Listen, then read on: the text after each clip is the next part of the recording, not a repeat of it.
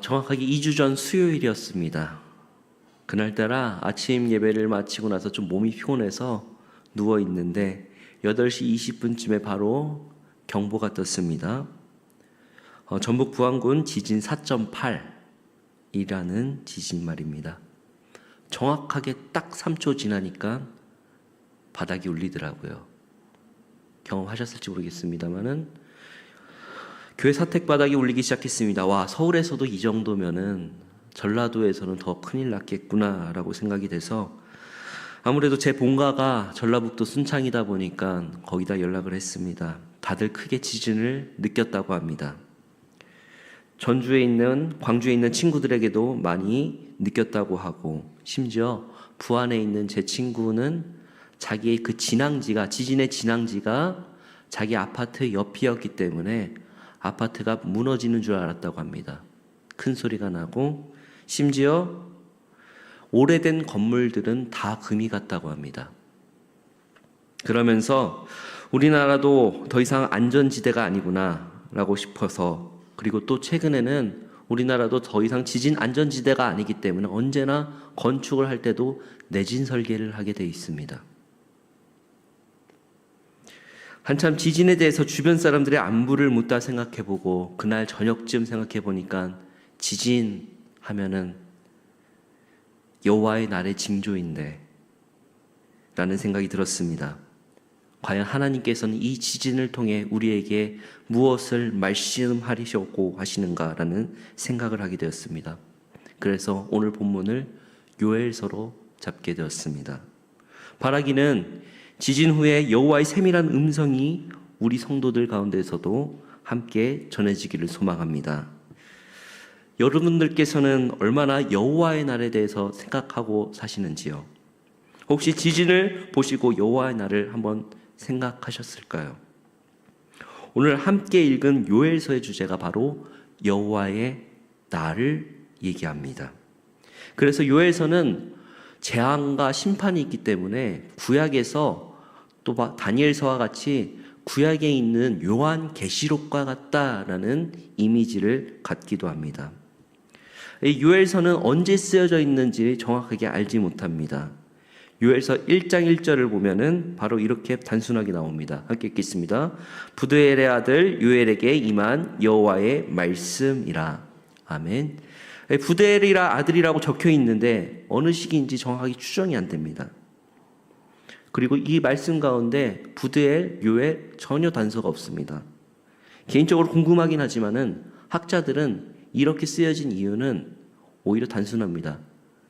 왜냐하면은 이 연대를 안 적어놓은 이유는 하나님의 말씀을 받을 때 이 역사의 정보나 시기가 중요하지 않기 때문에, 그것이 없더라도 하나님의 말씀으로 충분히 받아들일 수 있기 때문에 그렇다라고 합니다. 그러면은 단순하게 여기 있는 정보만 볼 때 부드엘의 이름의 뜻은, 아버지 부드엘의 이름의 뜻은 하나님의 사람 또는 하나님을 확신하는 자라는 뜻입니다. 그리고 그의 아들 요엘의 이름의 뜻은 여호와는 하나님이시다 라는 뜻을 가지고 있습니다. 이 여호와는 하나님이시다라는 이름 뜻만으로도 우리는 이 선지서를 볼 때 어떤 주제를 가지고 이야기를 하는지 볼 수가 있습니다. 또한 우리가 이 요엘서를 살펴볼 때 더 주의 깊게 살펴봐야 될 점은 이 성경의 배열의 위치입니다. 성경은 아무렇게나 아무 생각 없이 성경을 배치하지 않습니다. 언제나 구속사적인 관점과 특별하게 이야기를 하려고 하는 그 관점에 의해서 성경이 배치가 되었습니다. 요엘서 앞부분에는 어떤 선지서가 있냐면은 호세아서, 하나님의 인애와 사랑을 강조하시는 호세아서가 있고, 요엘서 뒤에는 하나님의 정의와 공의를 이야기하는 아모스서가 있습니다. 그러니까 이 하나님의 인애와 정의 사이에 그 중심을 잡아주고, 그리고 같이 연결고리로 해주고 있는 말씀이 바로 하나님의 날, 여호와의 날, 바로 이 요엘서입니다. 이 아모스와 호세아는 같은 시기에 살았지만 요엘서는 이때 살았는지는 그건 알지 못합니다. 그러나 분명한 것은 이 말씀을 중심으로 하여서 이 선서 배치가 되어 있다라는 것이죠. 본문은 말씀에는 여호와의 날에 임할 재앙과 임박한 심판에 대해서 처음부터 바로 이야기합니다. 요엘서 1장 2절에서 4절입니다. 함께 읽겠습니다. 늙은 자들아 너희는 이것을 들을지어다. 땅의 모든 주민들아 너희는 귀를 기울일지어다. 너희의 날에나 너희 조상들의 날에 이런 일이 있었느냐. 너희는 이 일을 너희 자녀에게 말하고 너희 자녀는 자기 자녀에게 말하고 그 자녀는 후세에 말할 것이니라. 팥중이가 남긴 것을 메뚜기가 먹고 메뚜기가 남긴 것을 느치가 먹고 느치가 남긴 것을 황충이 먹었도다. 아멘. 늙은 자들을 바로 불러내는 것은 바로 이런 일을 일어났다는 것을 들은 적도 없는 것을 확인시키기 위해서 그렇습니다. 살면서 이런 일은 처음이다. 그리고 어마무시한 재앙들이 일어날 것을 이야기합니다. 농사를 짓는 문화 속에서는 메뚜기 때의 재앙은 어마어마합니다. 출애굽기에서도 8번째 재앙이 이 바로 메뚜기 때였고, 요한계시록에서도 5번째 나팔을 불 때, 무적행에서 나오는 황충을 볼 때 이 메뚜기 때는 바로 여호와의 날, 심판을 상징합니다. 그 땅을 덮으면 기껏 잘 키워놓은 곡식은 먹을 것도 없이 아무것도 남지 않고 황폐해집니다. 요엘서는 바로 하나님의 심판 중에 하나인 메뚜기 병충해가 시작한다라는 것으로 말씀이 시작하죠. 심지어 여기에 팥중이가 먼저 가고 메뚜기, 느치, 황충까지 이야기하면서 재앙도 이런 재앙이 없이 다 쓸어간다고 말합니다. 하지만 이것은 전조 증상일 뿐입니다. 이렇게 메뚜기의 종류를 4가지나 말하면서 재앙이 시작되는 것은 지금까지 있지 않았던 엄청난 재앙이 앞으로 닥칠 것이다 라고 이야기하는 것이죠. 그리고 자녀들에게 전하라고 두고두고 기억하게 하라고 하는 3절의 명령이 되는데, 이것은 자손들에게 단단히 일러서 언제나 기억하라 라는 것을 의미합니다. 왜냐? 역사를 잃어버린 자손에게는 미래가 없기 때문에 그렇습니다. 더 나은 날들을 만들기 위해서는 현재 참상을, 그 고통을 눈물 속에서 단단히 기록하고 기억하며 가르치는 것을 그저 부정적인 눈으로만 바라보기 위한 것이 아니라 자손들의 시대에 좀 더 낫고 소망스러운 날들을 만들어가기 위해서, 한마디로 같은 잘못을 반복하지 않기 위해서입니다. 모든 이들이 슬퍼 애곡하고 울 때, 특별히 여인이 울고 있는 것은 그저 먹을 것이 없어진 것이 슬픈 것이 아니라 하나님과 이스라엘 관계가 단절되었기 때문에 그렇습니다. 자연재해로 슬픈 것이 아니라 죽은 신랑으로 인해서 울고 있는 여인처럼 이스라엘과 하나님의 관계가 그렇게 됐다는 것이죠. 하나님은 이스라엘의 관계가 단절되었고, 또한 그 말씀의 내용은 포도나무는 시들고 무화과는 나무를 열매를 맺지 못하고 모든 기쁨을 상징하는 모든 열매들은 말라버리고 과실들은 시들었습니다. 재앙이 시작되는 징조입니다. 그러나 이 징조가 시작될 때 언제나 성경에서는 살 길을 이야기합니다. 살 길이 무엇입니까? 바로 하나님과의 관계 회복입니다. 그래서 제사장들에게 먼저 금식을 선포하고 슬퍼하며 울며 부르짖으라고 회개를 촉구하는 내용이 있습니다. 2장에서부터는 여호와의 날이 점점 임박했음을 선포하는데, 그리고 그것은 세상을 까맣게 덮고 있는 메뚜기 때로 인해서 캄캄함이 묘사되고 마치 군대와 같다라고 얘기합니다. 요엘서 2장 1절에서 3절입니다. 함께 읽겠습니다. 시온에서 나팔을 불며 나의 거룩한 산에서 경고의 소리를 질러 이 땅 주민들로 다 떨게 할지니 이는 여호와의 날이 이르게 됨이니라. 이제 임박하였으니 곧 어둡고 캄캄한 날이요 짙은 구름이 덮인 날이라. 새벽빛이 산 꼭대기에 덮인 것과 같으니 이는 많고 강한 백성이 이르렀음이라. 이와 같은 것이 옛날에도 없었고 이후에도 대대에 없으리로다. 불이 그들의 앞을 사르며 불꽃이 그들의 뒤를 태우니 그들의 예전의 땅은 에덴 동산 같았으나 그들의 나중의 땅은 황폐한 들 같으니 그들을 피할 자가 없도다. 아멘. 이 성경에서 나팔을 부는 것은 주로 전쟁과 행진의 신호인데 이제 곧 이스라엘에 떨리게 하는 재앙이 시작될 것을 이야기합니다. 여호와의 날을 이야기하는 것이죠. 그리고 그것은 그 누구도 피할 수 없는 재앙입니다. 다시금 말씀드렸지만 정말 이렇게 징조가 오면 우리가 해야 될 것은 무엇입니까? 여호와 앞으로 돌아오라. 바로 회개입니다. 바로 회개만이 살 길입니다. 요엘서 2장 12절에서 13절입니다. 함께 읽겠습니다. 여호와의 말씀에 너희는 이제라도 금식하고 울며 애통하고 마음을 다하여 내게로 돌아오라 하셨나니 너희는 옷을 찢지 말고 마음을 찢고 너희 하나님 여호와께로 돌아올지어다. 그는 은혜로우시며 자비로우시며 노하기를 더디하시며 인애가 크시사 뜻을 돌이켜 재앙을 내리지 아니하시나니. 아멘. 여기 우리말 성경책에서는 히브리어 성경책에 나오는 내용이 생략되어 있는 구절이 있습니다. 가장 맨 처음에 그러나 설사 이제라도, 다시 말씀드리겠습니다. 그러나 설사 늦었더라도 이제라도 라는 구절이 나옵니다. 지금이라도 회개하고 하나님께로 돌아오라고 촉구합니다. 옷을 찢는 형식적인 회개 말고 진정한 마음을 찢는 진정한 회개를 촉구합니다. 어찌 보면 요엘 선지자는 정말 자기 이스라엘을 사랑했던 선지자가 아니었을까 싶습니다. 또한 하나님과 우리 사이를 중재하려고 하는 예수 그리스도의 모습 또한 보입니다.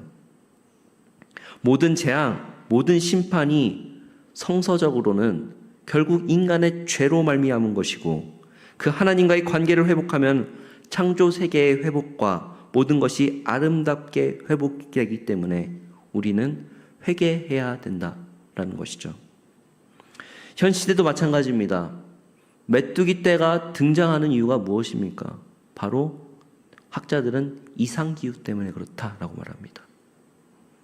그 이상기후가 왜 생겼습니까? 인간들이 더 생산하고자 하는 욕심과 죄 때문에, 자연 환경을 돌보지 못한 것 때문에 생겨난 것입니다.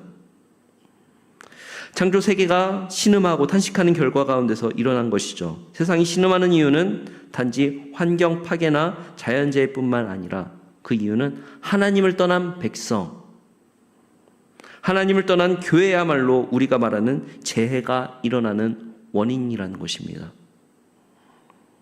그렇기에 우리는 지금 이제라도 회개하고 여호와께로 돌아가야 하는 것이죠. 진심으로 회개하면은 회복시켜 주시는 인애로운 하나님께서 이른 비와 늦은 비를 적당하게 주시고, 그리고 난 뒤에 바로 오늘 우리가 함께 읽은 본문이 나오게 됩니다. 우리 요엘서 2장 28절입니다.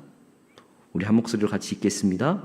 그 후에 내가 내 영을 만민에게 부어주리니 너희 자녀들이 장래일을 말할 것이며 너희 늙은이는 꿈을 꾸며 너희 젊은이는 이상을 볼 것이며. 아멘. 모든 육체 위에 하나님의 영을 부어주시겠다라고 합니다. 즉 모든 이스라엘에게 그들의 신체적인, 사회적인 어떠한 상황 가운데서도 자신의 영을 부어주실 것이라고, 하나님의 영이 역사할 것이라고 이야기합니다. 이 영이 무엇입니까? 바로 우리가 계속, 우리 일신교회가 계속해서 강조하고 있는 성령입니다. 목사님께서도 말씀하셨습니다. 구약시대 때는 특정한 사람만이 성령을 받았다. 그러나 오순절 마가 다락방 사건 이후 우리는 모두 성령을 받게 되었습니다. 모든 이들의 이 말씀이 이루어지게 되었습니다. 먼저 본문의 말씀에 나서 자녀들이 장래를 볼 것이다 라고 이야기합니다. 하나님의 영이 임하면, 즉 성령이 임하면 단순하게 이 장래를 볼 것이다 라는 것은 점쟁이처럼 그 볼 것을 보는 게 아니라 하나님의 말씀을 순종할 때 어떤 일이 일어나고 하나님의 말씀을 거역할 때 어떤 일이 일어나는지 말한다는 것입니다. 둘째로, 늙은이들에게 하나님의 영이 임하면 늙은이들은 꿈을 꾼다. 어감이 죄송합니다. 성성에 썼지만 늙은이들이 꿈을 꾼다고 합니다. 그런데 이 꿈은 무엇이냐면 하나님이 꿈꾸시는 나라를 위한 꿈. 하나님을 꿈을 꾸는 어른들이 이야기를 한다라는 것이죠. 요즘 얼마나 많은 어른들이 잘못된 행동과 말로 얼마나 수많은 청년 젊은이들에게 좌절감을 줍니까?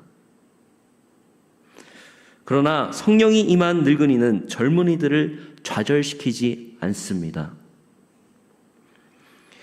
그들은 진정한 어른, 연로함에도 불구하고 하나님을 꿈을 쫓는 비전을 보여주는 그런 어른 말입니다.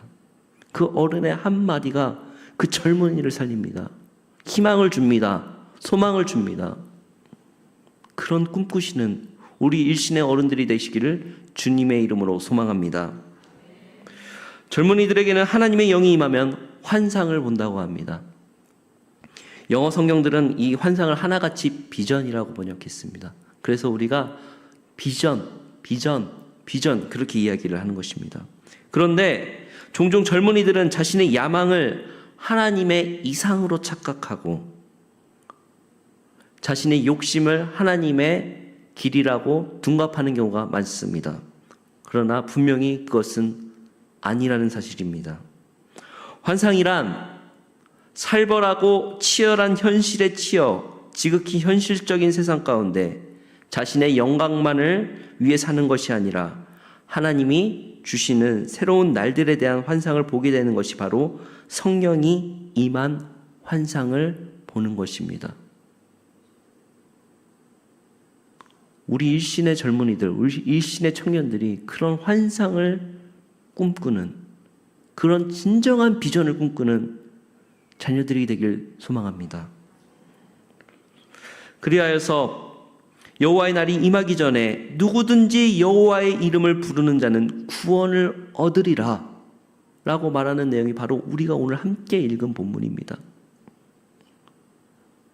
성도 여러분, 현 시대는 우리가 정말로 여호와의 이름을 불러야 할 시대입니다. 메뚜기 때의 재앙이 단순히 우리에게 일어나지 않았다고 해서 무시하는 것이 아니라 정말로 이 지진을 보면서 어떤 생각을 하셨는지요? 최근에는 공장에 화재가 났고 수많은 사람의 참사가 났습니다. 아직도 억울한 사람들이 많이 있습니다.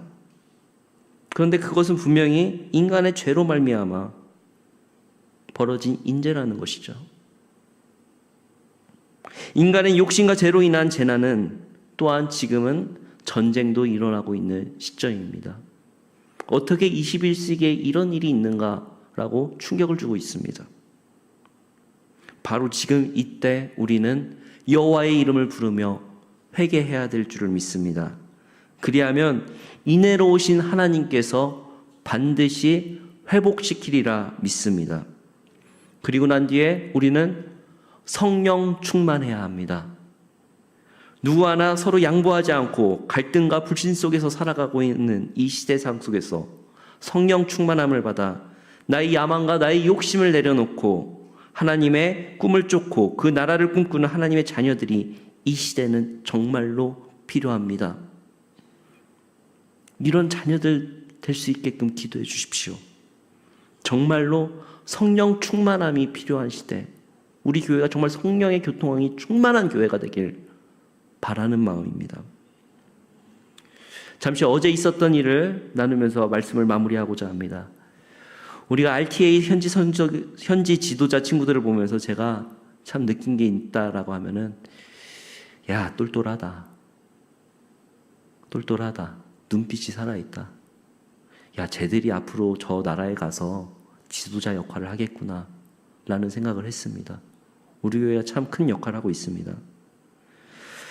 그러면서 저는 어제 그 친구들과 함께 롯데월드를 갔다 왔습니다. 아침부터 저녁까지 놀이기구를 경험하고 저녁을 먹고 되돌아오는 길에 그 친구들이 알겠지만은 남아공과 라오스 친구들입니다. 근데 저는 혼자 개인적으로 어떤 생각을 했냐면 오늘이 6.25인데 분명히 6.25 날 남아공에서도 우리에게 파견을 해줬고 또 한편으로는 공산주의 국가와의 싸웠던 것인데 라면서 묘한 생각을 저는 했습니다. 그러면서 그런 생각을 계속 하고 있으면서 섬기는 가운데 모든 일정을 마치고 한 8시쯤 이제 교회를 돌아오고 있는 과정 속에서 한강에 불빛이 하나씩 켜지고 빌딩이 불이 켜지고 아름다운 모습이 보일 때 그 친구들이 와 아름답다 막 그렇게 막 환호성을 지르면서 그냥 좋아하는 모습들이 느껴졌습니다. 우리도 한강을 보면서 그렇게 이쁜데 그 사람들은 어떻겠습니까? 그래서 제가 그들에게 말로 했습니다. 우리는 이거를 한강의 기적이라고 부른다. 오늘이 6.25 기념일인데 우리도 불과 전쟁 이후에 너희 나라와 마찬가지로 정말 못 살았던 나라였다. 우리도 50년 전에는 너희와 나라와 별 차이 없었고 우리도 배고픈 시절 지난 지 얼마 안 됐다. 우리가 이렇게 발전하게 된 이유는 박정희 대통령의 강력한 리더십으로 경제 발전으로 한국인의 근면성실한 모습으로 한 거지만은 그것은 표면적인 모습이고 그 이면에는 수많은 강요들, 수많은 크리스천들이 거기에서 헌신했기 때문에 그렇다. 그리고 그들이 정말 해외에서 공부하고 정말 나라 사랑하고 하나님 사랑, 이웃 사랑하는 마음으로 이 나라에 헌신했기 때문에 이만큼 올라섰다. 너네도 할 수 있다. 가서 해라. 라고 영어로 했습니다. 영어로 했기 때문에 잘 전달됐을지는 모르겠지만 네, 그 마음이 잘 전달됐기를 바랍니다. 또 이야기는 안 했습니다만은 우리 성도님들, 그 강요들이 어떻게 큰 사람들입니까? 그 크리스천들이 어떻게 큰 사람들입니까? 정말 시골에서 그 기도로 키운 자식들입니다. 권사님들의 기도로 키운 자식들이 그만큼 정말 하나님을 사랑하고 이 나라를 헌신하기 위해서 그 사람들에 의해서 우리나라가 이만큼 발전한 것 아닙니까? 이 모든 것이 어떻게 가능하게 됩니까? 바로 복음이 그것을 가능하게 한다는 것입니다. 우리나라도 얼마나 수많은 나쁜 문화와 그런 것들이 있었습니까? 기독교가 들어옴으로 인하여서 이 세상의 빛이 밝혀짐으로 인하여서 이 썩어빠진 그런 근성들을 뿌리 뽑고 그러면서 우리나라 이렇게 잘 살게 된 것 아니겠습니까? 그리고 그것은 바로 성령 충만함에 의하여 그것이 가능하게 된다는 것이죠. 내 욕심, 야망을 쫓아 사는 인생이 아니라 하나님을 사랑하고 이웃을 사랑하는 마음으로 우리도 이만큼 살아가게 된 것이라는 것입니다.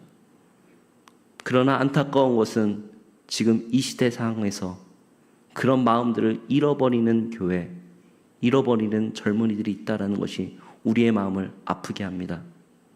그렇기 때문에 우리는 더욱더 성령 충만해야 될 줄을 믿습니다.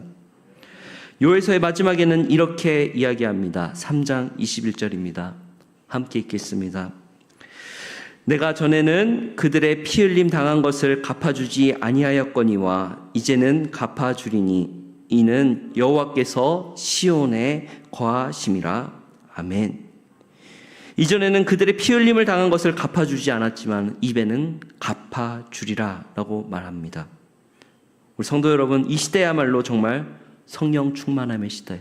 그리고 하나님께서 너희가 회개하고 돌아온다면은 그것을 갚아주리라 라고 말씀하고 있습니다. 이 아픈 시대 속에서 이 세상을 보면서 정말 죄송한 이야기지만 이 시대의 아픔을 보면서 정말 나의 잘못은 없는가 회개하며 여호와께 돌아가기를 원합니다. 나와 하나님과의 관계를 다시금 점검하고 회개할 때 또한 우리의 옷만 찢는 형식적인 회개가 아니라 진심으로 우리의 마음을 찢는 회개가 일어날 때 우리는 다시 회복될 것입니다. 회복되리라 믿습니다. 또한 성령 충만함을 이루며 성령 충만하여 정말 나의 욕심과 나의 야망이 아닌 하나님 나라의 꿈을 이뤄가는 거룩한 성도 되시기를 주님의 이름으로 축복합니다. 우리 다 같이 우리 말씀을 생각하면서 함께 기도했으면 좋겠습니다. 먼저 우리가 함께 기도할 것은 하나님, 이 세상의 아픔을 바라보시는 하나님의 마음이 얼마나 아프시를 믿습니다. 하나님, 우리가 회개하오니 하나님, 우리가 다시금 하나님과의 관계를 회복하길 원합니다 라고 먼저 같이 기도하시고, 두 번째로는 우리가 성령 충만하여서 다시금 이 교회와 이 지역 사회를 아름답게 꾸며가길 원합니다. 우리 교회 일신교회를 사용하여 주옵소서라고 우리 합심하여 주여 3번 외친 후에 함께 기도하도록 하겠습니다. 주여, 주여, 주여.